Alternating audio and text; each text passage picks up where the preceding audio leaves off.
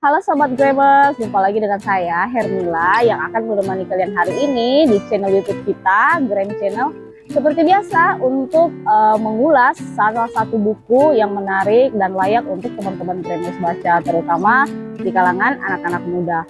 Nah, hari ini saya di sini akan mengulas satu buku yang berjudul Berani Tidak Disukai, fenomena dari Jepang untuk membebaskan diri, mengubah hidup, dan meraih kebahagiaan sejati. Nah, buku ini ditulis oleh Ichiro Kishimi dan Fumitake Koga. Mereka berdua adalah penulis profesional yang berasal dari Jepang. Nah, sebenarnya buku ini sudah rilis kurang lebih 10 tahun yang lalu.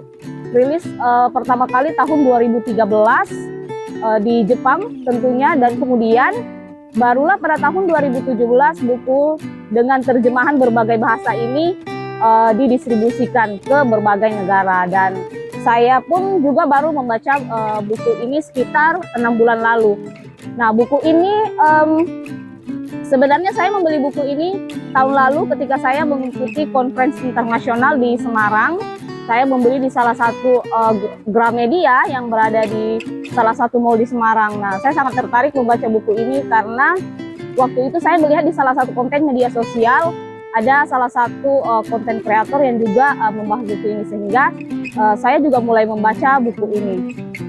Nah, jadi sebenarnya buku ini itu menjelaskan tentang paduan konsep berpikir bagaimana memaafkan diri sendiri, mencintai diri sendiri, kemudian bagaimana menghilangkan hal-hal negatif dari pikiran kita. Nah, sebenarnya buku ini itu alur ceritanya adalah dimulai dari percakapan seorang filsuf dengan seorang pemuda, di mana pemuda ini adalah salah satu mahasiswa di universitas yang sedang mengalami broken home, dan dia tidak puas dengan dirinya sendiri, dia merasa tidak puas dengan kehidupannya, dia membenci keluarganya, yang membuat dia berpikir hidup ini tidak ada artinya buat dia, karena menurut dia keluarganya yang tidak harmonis. Dia tidak puas dengan sosok ayah yang ada dalam kehidupannya, sehingga mempengaruhi pikiran-pikirannya dia.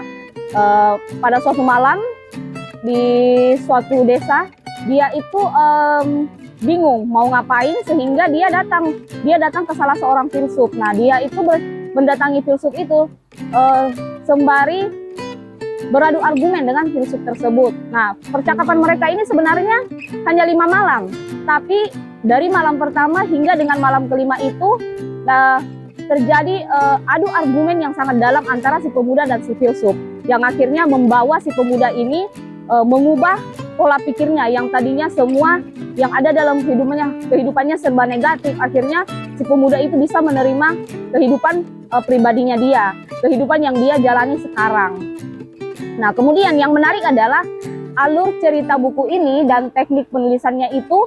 Kalau secara alur dia sistematis, seperti yang saya bilang tadi, bahwa dia menceritakan kondisi di mana si pemuda yang lagi bercerita dan beradu argumen dengan sang filsuf dari malam pertama hingga malam kelima. Itu dia berurutan, tetapi secara penulisan yang menarik adalah karena isi novel ini dituliskan secara part-part percakapan. Misal nih, si pemuda lagi ngomongin ini, terus si filsuf juga menjawab pertanyaan si pemuda. Jadi isinya itu adalah semacam percakapan dari malam pertama hingga malam terakhir si pemuda ini beradu argumen dengan sang filsuf.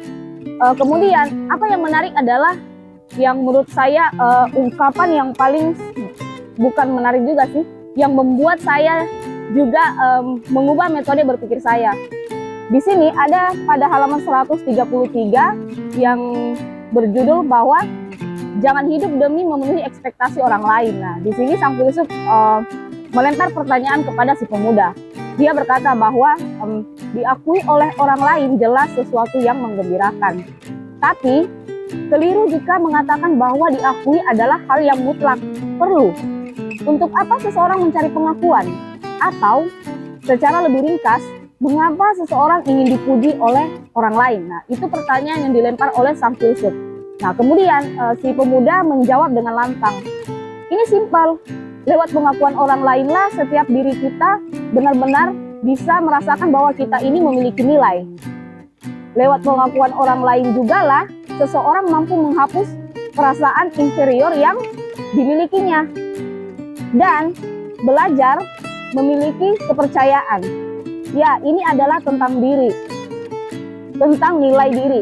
Kurasa engkau menyebutkan sebelumnya bahwa perasaan inferior adalah tentang ukuran nilai. Justru karena tidak pernah bisa mendapatkan pengakuan dari orang tuaku lah, itulah yang membuat aku menjalani hidup yang diwarnai perasaan minder. Nah, jadi dari sini sejak awal memang sudah digambarkan bahwa sosok pemuda ini adalah dia tidak pernah mendapat pengakuan, dia tidak pernah mendapat kasih sayang dari kedua orang tuanya, terutama dari ayahnya. Itulah yang membuat dia berpikir bahwa untuk apa saya hidup, nilai kehidupan saya ini sebenarnya seperti apa tujuan hidup saya. Nah, dia haus akan pengakuan dari kedua orang tuanya.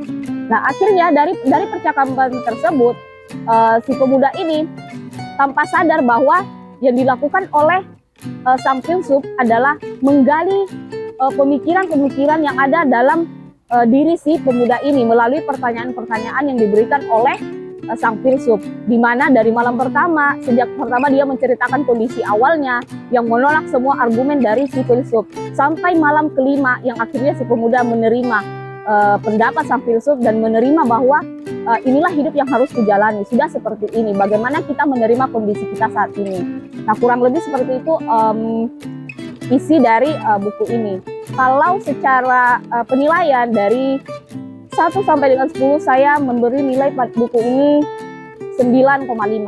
Kenapa 9,5? Karena memang sangat recommended untuk kalian baca. Terutama untuk, sebenarnya bukan cuma untuk anak muda ya, untuk orang-orang dewasa juga layak. Cuman akhir-akhir ini seperti kita ketahui bersama, banyak sekali isu-isu broken home, isu-isu bunuh diri, terutama anak muda ya, banyak sekali. Usia muda itu harusnya kita habiskan untuk belajar, bekerja, happy, kemudian kita itu harus banyak-banyak berpikir positif. Nah, mungkin buku ini bisa menjadi salah satu rekomendasi buat rekan-rekan Grammers, terutama anak-anak muda ya, bahwa buku ini bisa mengajarkan pola pikir positif kepada kita, terutama bagaimana kita menerima apa yang ada dalam diri kita dulu, bagaimana kita memaafkan diri kita sendiri, bagaimana kita hidup tanpa diatur oleh ekspektasi orang lain. Maksudnya kita hidup aja sesuai dengan apa yang kita inginkan, bahagialah dengan apa yang kita punya sekarang, tanpa memikirkan ekspektasi orang lain, tanpa memikirkan penilaian orang lain. Kalau istilah anak gaul sekarang itu kayak haus akan validasi. Nah, kadang-kadang kan gitu, haus akan validasi. Nah, bagaimana kita menerima ini? Kenapa kita harus memuaskan orang? Ini hidup kita yang jalani. Nah, kurang lebih seperti itu. Nah, makanya rekan-rekan Grammers, saya sangat merekomendasikan buku ini untuk kalian baca, karena banyak sekali pesan-pesan moral di dalam buku ini yang bisa rekan-rekan Grammers pelajari, terutama dalam hal-hal pola berpikir positif. Sebenarnya sih kalau saya melihat buku ini itu menceritakan salah satu teori psikologi yang diterapkan oleh si sang filsuf kepada si pemuda ini. Kalau untuk mendapatkan buku ini, saya kira di toko-toko online banyak, di Gramedia juga banyak. Kalau di kesimpulan akhir yang bisa saya berikan dari buku ini adalah kita itu harus mencintai diri kita sendiri, memaafkan diri kita sendiri, hidup tanpa diatur oleh ekspektasi orang lain, jalani apa yang ada saat ini. Oke, sekian dulu untuk hari ini. Kita akan ketemu lagi di konten berikutnya. Silahkan berikan komentar buku apa aja yang bisa saya review untuk kalian. Insya Allah konten-konten berikutnya kami akan membahas rekomendasi dari teman-teman. Oke, salam literasi dan sampai jumpa di konten berikutnya.